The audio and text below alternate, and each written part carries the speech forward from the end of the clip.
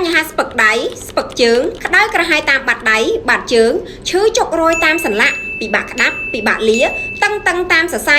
ដែលបណ្ដាលមកពីមូលហេតុមួយចំនួនដូចជាជំងឺទឹកនោមផ្អែមបញ្ហាឡើងជាតិស្ករបញ្ហាឡើងជាតិអាស៊ីតឬមួយក៏តាក់ទងជាមួយនឹងបញ្ហាលើសឈាមជាដើមអញ្ចឹងសម្រាប់ពុកម៉ែបងប្អូនដែលកំពុងតែមានបញ្ហាទាំងអស់នេះហើយកំពុងតែពិបាកចិត្តក្នុងការស្វែងរកដំណោះស្រាយចាប្រើប្រាស់ថ្នាំនេះមិនត្រូវប្រើប្រាស់ថ្នាំនោះមិនត្រូវចាថ្ងៃនេះគឺនាងខ្ញុំមានផលិតផលដ៏ល្អមួយប្រភេទចង់ឲ្យពុកម៉ែបងប្អូនបានមកសាកប្រើទាំងអស់គ្នាចានោះគឺ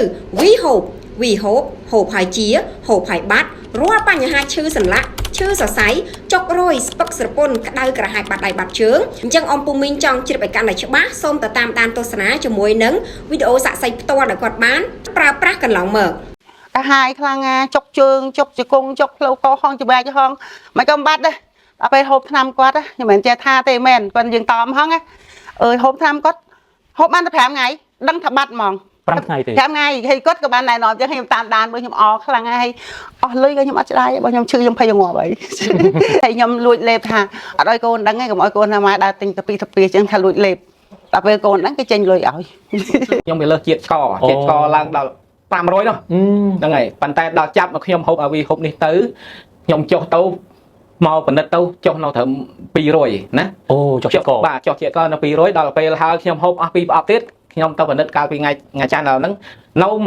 153អូចុះច្រើនមែនទេចុះបានខ្ញុំដឹងថាវីហូបនេះទៅហ្នឹងហើយឥឡូវខ្ញុំចាប់ហូបប៉ុណ្ណឹងមកជើងដៃខ្ញុំក៏លេងចាក់ញោចដូចមុនលេងសូវឆ្ពឹកលេងនេះដៃអីលេងកញ្ញឹងញ៉ងហើយកាលមុនអត់ចឹងកាន់ចឹងអត់ចឹងហ្មងបាទដល់ចឹងលេអត់ចឹងរួចដល់ជួយទាញចឹងច្បាច់ចឹងឥឡូវអត់ទេនេះដាក់ភ្លឹងជើងក៏ចឹងដែរទ្រាំហត់មិនទៅលេងឈឺលេងឆ្ពឹកលេងនេះហើយអញ្ចឹងពីមុនមកលោកពូមានអាការៈរៀងតឹងសរសៃតាំងពីចុងដៃចឹងដាក់ដៃ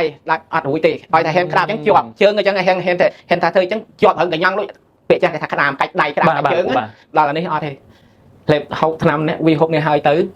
លេងកញ្ញឹងកញ្ញងអាមូលកពើក៏លេងអាចាក់ញោចក៏លេងដែរអញ្ចឹងបាត់ហ្មងឈឺក្តៅបាត់ជើងបាត់ដៃនេះខ្ញុំវេទនាណាខ្ញុំវេទនាថាដើមមិនចង់រួចតែហ្មងដៅខ្លាំងឃើញក្រុមហ៊ុនថ្នាំយីហូបនេះដែលបានផ្សព្វផ្សាយក្នុងការ Facebook ហ្នឹងឃើញក៏ខ្ញុំនឹកឃើញថាជាវយកមកហ្នឹងយកមកលេបអស់រយៈពេល3ប្រទេសបាទក្នុងមួយកញ្ចប់នេះ3ប្រទេសប៉ុន្តែ3ប្រទេសហ្នឹងខ្ញុំលេបអស់រយៈពេល15ថ្ងៃហ្នឹងខ្ញុំស្រាកខ្លួនឯងដូចថាស្រាកខ្ញុំដាក់អស់មួយដុំទៀតជាដាច់ប៉ាត់ហ្មង